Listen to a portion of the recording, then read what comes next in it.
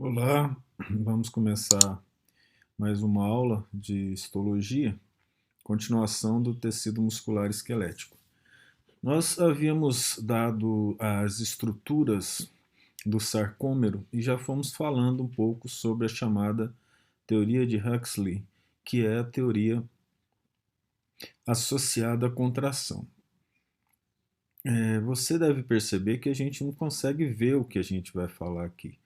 Isso são suposições, hipóteses.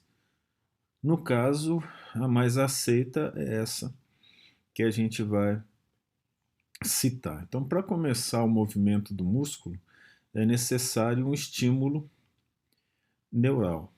Esse estímulo neural é muito importante porque ele determina a quantidade de fibra muscular, de fibras musculares que vão trabalhar juntas para a ação do músculo, né? Então, inicialmente, começa com, no caso do músculo esquelético, com a vontade de mexer determinada musculatura. Esse impulso ele passa do neurônio através da sinapse, na chamada placa motora, e ele gera uma propagação do impulso eletroquímico nas fibras musculares no sarcolema, que você deve lembrar, em relação aos túbulos T, está associado o sarcolema com o retículo sarcoplasmático. Quando isso acontece, ocorre a liberação de cálcio no citossol, ou no sarcoplasma da célula muscular estriada esquelética. Então, o cálcio saindo das cisternas do retículo endoplasmático, ele entra em contato com a troponina C. A troponina C sofre uma modificação conformacional e gera outra mudança conformacional na troponina T, que faz com que ocorra outra mudança conformacional na proteína tropomiosina, que abre os sítios para a cabeça da miosina na própria quitina. Aqui está falando, nós estamos citando a quitina G, porque a quitina F, que é a fibrose, é formada por glóbulos, né? Proteínas globosas chamadas a quitina G. Então abre o sítio para a cabeça da miosina. A cabeça da miosina, chamado fragmento S1, ele tem ATP. E o ATP é hidrolisado. E nessa hidrólise ocorre a ligação com a quitina. Ocorre liberação de fosfato inorgânico. E depois a liberação do ADP. Nesse momento, entre a liberação do fosfato e a liberação do ADP, ocorre o arrastamento, o movimento da cabeça da miosina gera o arrastamento dos filamentos finos de actina. A cabeça da miosina ainda está ligada na actina. Para ocorrer o desligamento, o ATP tem que se ligar a esse fragmento S1 da cabeça da miosina, e aí ocorre a separação. O estímulo cessa, o cálcio é sequestrado de volta para o retículo sarcoplasmático e mantido lá por uma proteína chamada calsequestrina. Daí o nome, né? Sequestra cálcio para o retículo e a contração cessa. Essas cadeias proteicas, elas se deslizam, como nós mostramos lá. Elas podem diminuir o tamanho até pela metade do tamanho do sarcômero. Levando isso a um nível macroscópico, o músculo pode se contrair até metade do seu tamanho longitudinal nesse processo de contração. Alguns menos, né? Outros mais, depende da estrutura macroscópica do músculo. E ele tem um período de recuperação, só que ele é muito rápido. Assim que um estímulo cessa, o outro já pode começar imediatamente. É assim com o neurônio, só que o neurônio ele tem uma fase refratária em que não ocorre a continuação do estímulo, mesmo que você dê energia suficiente para ele. Já no músculo é diferente. Antes de terminar um estímulo, outro já pode ser mandado que ele tende a se contrair mais. Essa é uma característica própria da musculatura esquelética. Aqui novamente uma estrutura geral para você não esquecer a organização do sarcômero aqui, né? Como a gente pode ver nessa figura de baixo, e os filamentos de miosina grossos de actina finos. Aqui mostrando a contração do sarcômero, né? O deslizamento da actina em função da ação da miosina, que são os filamentos grossos, e aqui o sarcômero contraído. Aqui, nesse desenho, ele é didaticamente importante, porque ele vai mostrar, pelo desenho e pela escrita, os processos para a contração. Está mais simples do que no texto, mas acaba sendo importante para auxiliar a associação de ideias e memorização. A fonte de energia para a contração muscular, ela pode ser lipídica ou glicídica, mas ambos vão formar ATP. E o excesso de ATP ele é guardado na forma de fosfocreatina. Basicamente, o que acontece é que ocorre a contração do músculo, vai gastar ATP, ADP vai ser formado. Aí o ATP que vai ser recuperado, que vai ser formado em excesso, é guardado na creatina fosfato. O que acontece? Como que se armazena energia no músculo, né? Primeiro é o glicogênio, assim como no fígado. O glicogênio ele é formado, é uma cadeia formada por glicose. A degradação da glicose, todo mundo conhece, tem dois tipos. A anaeróbia, que forma como produto final o ácido lático, e a degradação aeróbia, que usa a cadeia respiratória e forma 36 ATPs na maioria dos órgãos, 38 no cérebro, rim, fígado e músculo. A energia do ATP está associada à instabilidade da ligação do fosfato com o ADP.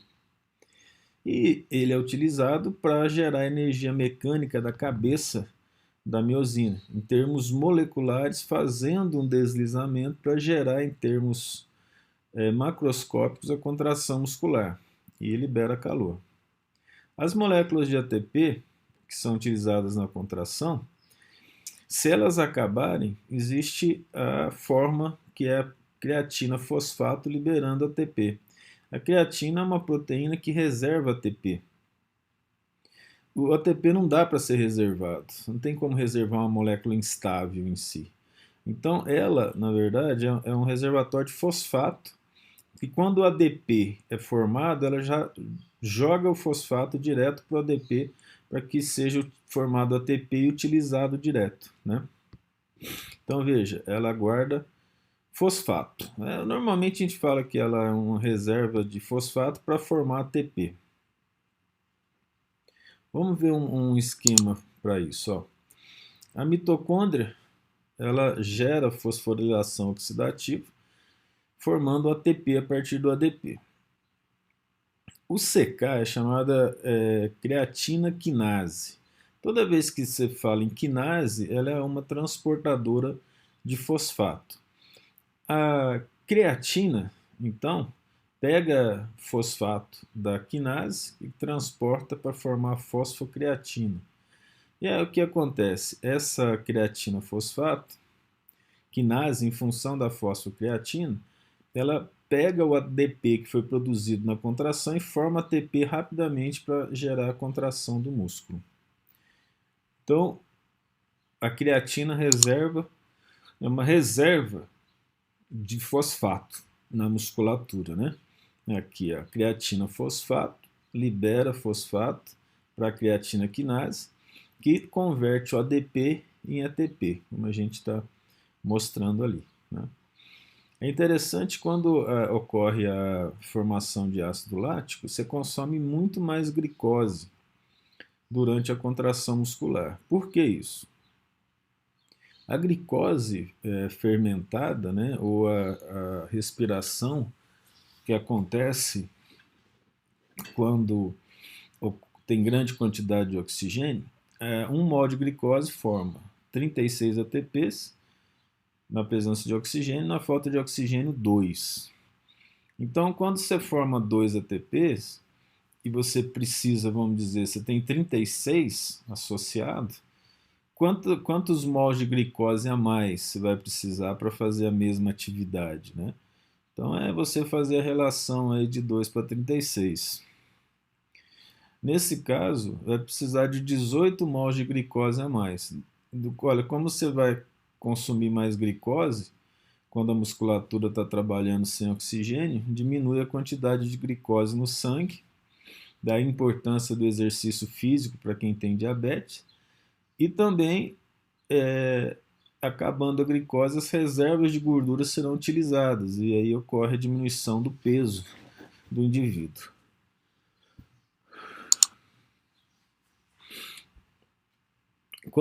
A musculatura, quando está em atividade intensa, a esquelética, né, e bastante demorada, como nós havíamos falado, ela vai formar 2 ATPs de saldo, né? E o sistema circulatório e respiratório nosso não está adaptado para essas necessidades de oxigênio. Daí ocorre então a chamada fermentação lática, né? E a glicose produz o ácido lático. O ácido lático ele pode ser convertido em glicose pelo músculo ou pelo fígado. Normalmente a maioria vai para o sangue, do sangue para o fígado. E ali ocorre a chamada gliconeogênese, ou neoglicogênese, em que açúcar é formado a partir do ácido lático com gasto de energia. Então a produção de ácido lático ela favorece a perda de peso do indivíduo com consumo alto de glicose, e quando a glicose acaba, tende a fazer o consumo de triglicérides. Isso é bioquímica, né? Mas só estamos citando aqui por cima. A glicose é a fonte primária para a contração muscular, formando ATP no músculo e em todos os órgãos. Mas a fibra em repouso, eu já havia citado na aula passada, ela usa principalmente lipídio, mas a quantidade de energia gasta é muito pequena, a fibra muscular, né? Então, aqui o exemplo da neoglicogênese, né? A glicose tem um saldo de 2 na ausência de oxigênio e forma lactato, ou ácido lático, que cai no sangue, vem para o fígado principalmente e forma glicose com consumo de 6 ATPs. Quanto mais ATP é consumido, mais glicose é queimada. Bem, acabando essa parte bioquímica, existe uma associação entre o músculo e o osso via tendão, isso em termos macroscópicos e anatômicos, né? E a continuidade ocorre pelo endomísio, eu havia comentado isso também, em relação às fibras de colágeno no tendão. Então, cada fibra muscular é amarrada, né, pelo endomísio, por fibras reticulares. Lembra que as fibrilas colágenas formam fibras reticulares e fibras colágenas. Tudo aí é colágeno, que vai se juntando até formar um tendão. E esse tendão penetra no osso e penetra na diáfise do osso ou na epífise do osso, também se juntando com o colágeno da matriz óssea, formando uma estrutura bastante segura, bastante homogênea. Claro que muito longe em termos de capacidade ou de harmonia ou tecnologia, nós podemos fazer a comparação com o cimento, o tijolo e a argamassa, né? No caso da musculatura e do osso é algo fantástico, não tem nada próximo dessa junção. Mas você precisa ter um tijolo para fazer uma parede que ela assente a argamassa e possa grudar nela. Aí você vai colocando um tijolo em cima do outro. Depois você vai e faz um chapisco, um reboco, né? Ali em volta. Aquela estrutura tem que trabalhar como um todo. Se ela não trabalhar como um todo, ela é muito frágil. Isso é feito através de cola. Quando você precisa de uma estrutura que suporta mais tensão ou uma espécie de flexão, você usa o aço. Aí o aço você coloca no meio da argamassa para formar um concreto armado, né? Vamos falar assim. E aí ele tem a capacidade de torção e de flexão. Sem esse aço, durante a flexão o concreto não suportaria. Aqui nós temos uma mistura fantástica de estrutura fina, tanto elástica quanto dura. Você tem uma estrutura mole bem amarrada, que é o músculo, uma estrutura mais dura, que é o tendão, e uma muito mais dura, que é o colágeno do tendão penetrando a matriz óssea. De uma forma inigualável, é uma sucessão de organização estrutural para gerar um movimento, né, que só existe nos seres vivos.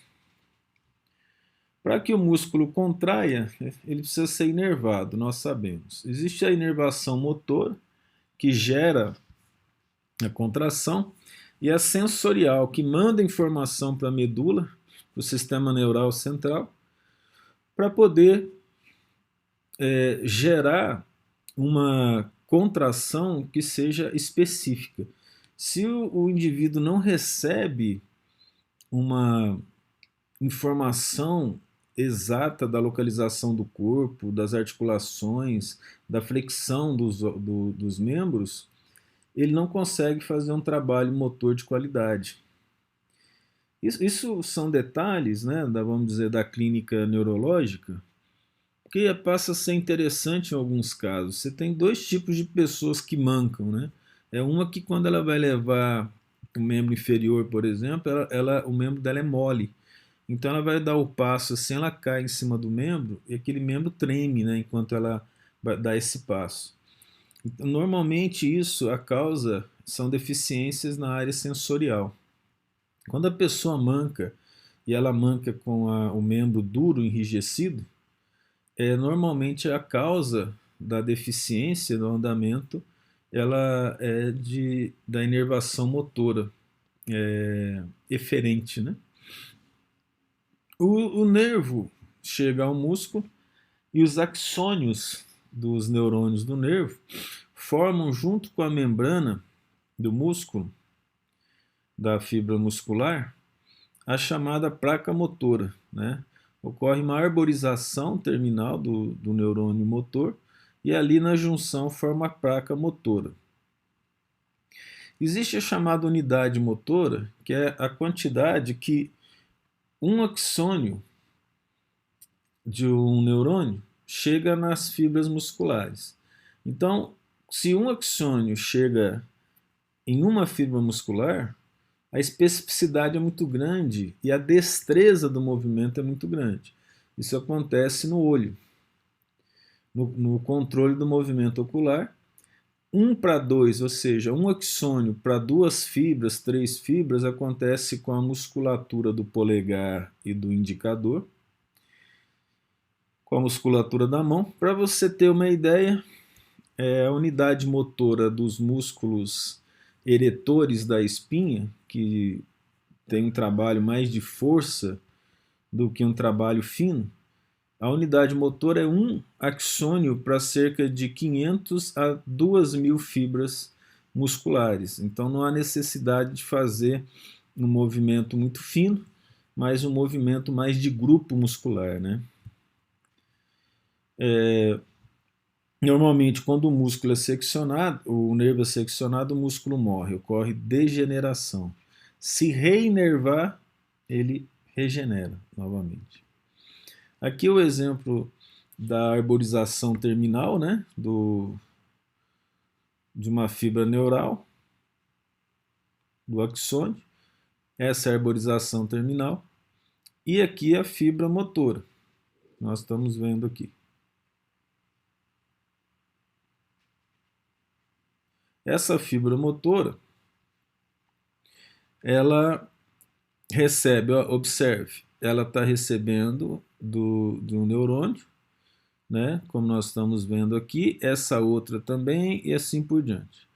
Ora, você pode observar que nesse caso a unidade motora está associando uma, duas, três, quatro, cinco fibras, por exemplo, que é o que nós estamos vendo aqui. Mas pode ter um para um, né? Nós já vimos um para 500, um para 2000, por exemplo. Nesse caso aqui, vamos aumentar o tamanho. Nesse caso aqui, são as vias que saem para formar os nervos motores da medula, né? Aqui a medula, essa parte de cima aqui é a parte dorsal, essa é a parte ventral, aqui a substância cinza da medula, e esses neurônios que chegam até a musculatura estriada esquelética são chamados neurônios alfa motores, são grandes neurônios que estão aqui no corno ventral da substância cinzenta. Neurônios menores estão um pouquinho acima, como esse aqui, ó, que são chamados neurônios gama.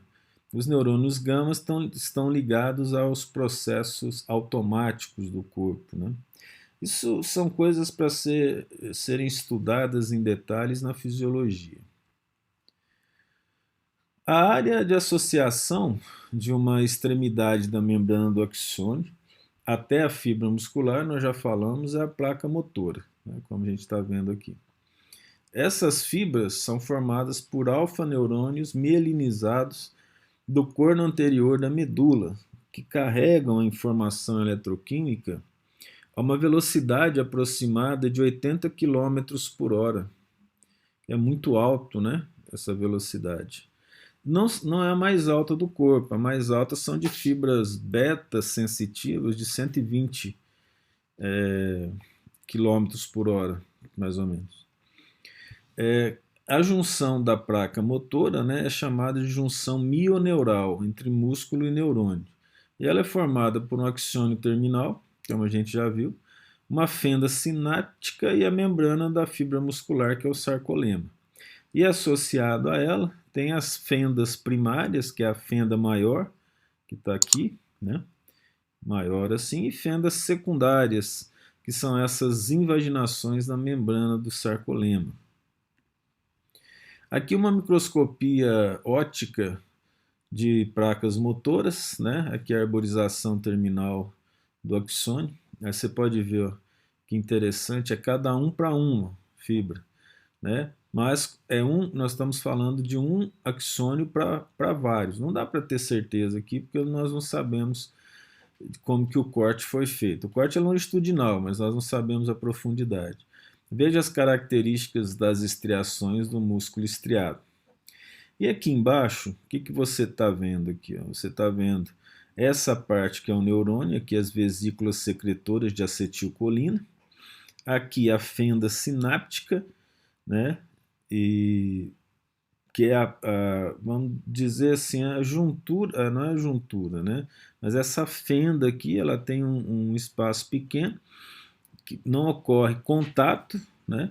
Mas a área do sarcolema é bastante aumentada aqui, na região da placa motora, devido à necessidade de grande quantidade de vesículas com acetilcolina serem lançadas durante a contração muscular.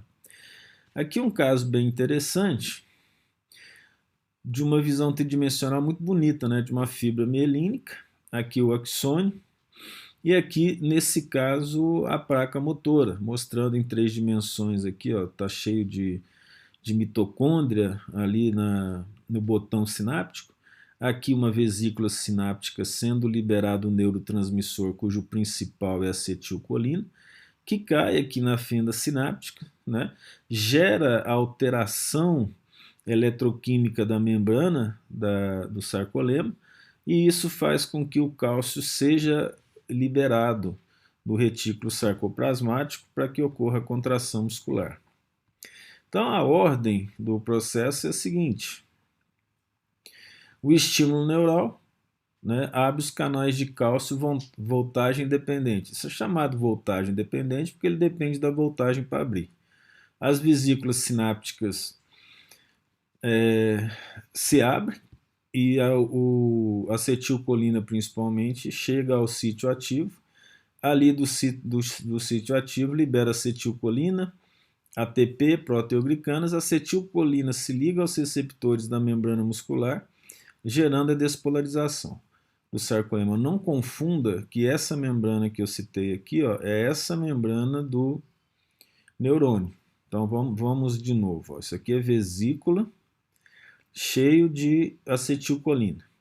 Ela se liga à zona de exocitose, né, da membrana do neurônio, libera na fenda sináptica a acetilcolina, que se liga aos receptores da acetilcolina no sarcolemma, gerando a propagação do impulso para poder ocorrer liberação de cálcio. Esse cálcio voltagem dependente é relacionado à membrana do neurônio, que sem cálcio não ocorre a exocitose dessas vesículas, ela é dependente de cálcio. Então, grande quantidade de cálcio tem que entrar também na região onde tem o neurônio, onde tem o botão sináptico do neurônio. Aqui, mais detalhes, né? Aqui a região do neurônio. Essa região do neurônio tem as vesículas de acetilcolina com ATP, né? Com proteoglicanas, como está escrito aqui. Aí ocorre, então, a liberação aqui para os receptores de acetilcolina. A acetilcolina é quebrada em acetil mais colina, acetato mais colina. A colina é uma molécula complexa, ela precisa ser reciclada. Então, ela penetra no botão sináptico e ela é reciclada para poder formar acetilcolina de novo através do acetato. Observe aqui os canais de cálcio. É necessário que o cálcio entre para que ocorra a liberação das moléculas de neurotransmissores. Sem cálcio isso não acontece. E também sem cálcio não acontece a contração, mas o cálcio da contração está dentro da fibra muscular, né? Então, em ordem, nós temos transmissão do impulso neural, a acetilcolina é liberada. Quando acaba a ação dela, a acetilcolinesterase quebra a acetilcolina em colina mais acetato, ela é reciclada então. Quando ocorre uma liberação constante de acetilcolina e um trabalho de contração muscular constante também, ocorre o que nós chamamos de tetanização. O estímulo é cada vez maior, mais forte, tão forte que a musculatura se contrai, e a musculatura se contraindo muito forte gera uma dor muscular muito grande. Você vai encontrar um exemplo disso, associando aí arte e ciência, num livro chamado Tempo de Despertar. Se eu não estou enganado, a direção é do Oliver Sacks. E esse filme, ele conta o caso de problema que foi difícil de ser contornado e até hoje tem dificuldade de ser tratado, de indivíduos que perderam a capacidade de se movimentar. Assistindo o filme é interessante devido às características científicas dele e também às características de contração muscular. O que acontece quando o indivíduo falece é que ocorre a chamada rigor mortis. O que é o rigor mortis? A musculatura se contrai e, devido aí à ausência do ATP, a cabeça da miosina fica grudada na quitina contraída. E aí o indivíduo tem o rigor mortis, né? Ele fica tenso. Não sei nem se é certo falar indivíduo, né? No caso, o cadáver. Mas depois amolece, mas amolece devido à putrefação, né, da fibra muscular por bactérias. É muito usado a toxina botulínica hoje em dia, porque no caso da toxina botulínica, né, do botulismo, ela tem uma capacidade interessante que é desacoplar o sistema de contração actina-miosina. Então, por exemplo, o indivíduo tem uma ruga, né? E essa ruga é causada por uma contração da musculatura daquela região. Aí, quando é colocado a toxina botulínica, ela perde a capacidade de contração e se solta, né? E a ruga desaparece.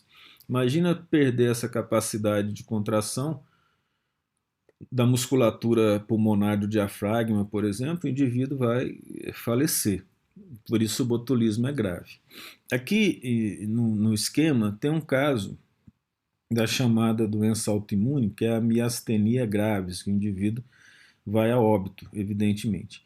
Essa doença autoimune, ela é causada pela produção de anticorpos contra a proteína receptora da acetilcolina. Essas proteínas, elas são destruídas e a acetilcolina é liberada, mas ela não faz efeito sobre a musculatura. Ou a quantidade que sobra é pequena e a efeito sobre a musculatura ela é baixa, não agindo de maneira adequada ou não agindo. E nesse caso específico, você imagina a falta de contração das musculaturas do corpo, principalmente o diafragma, responsável principal pela recuperação, pela respiração.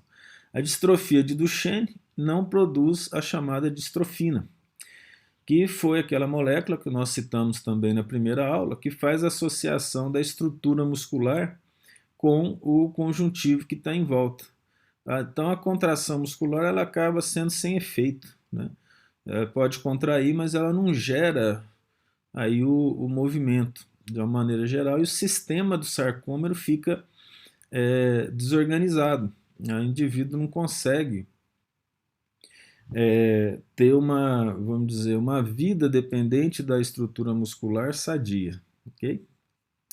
Nós vamos parar essa aula por aqui e depois nós passaremos aí para parte relacionada ao sistema neural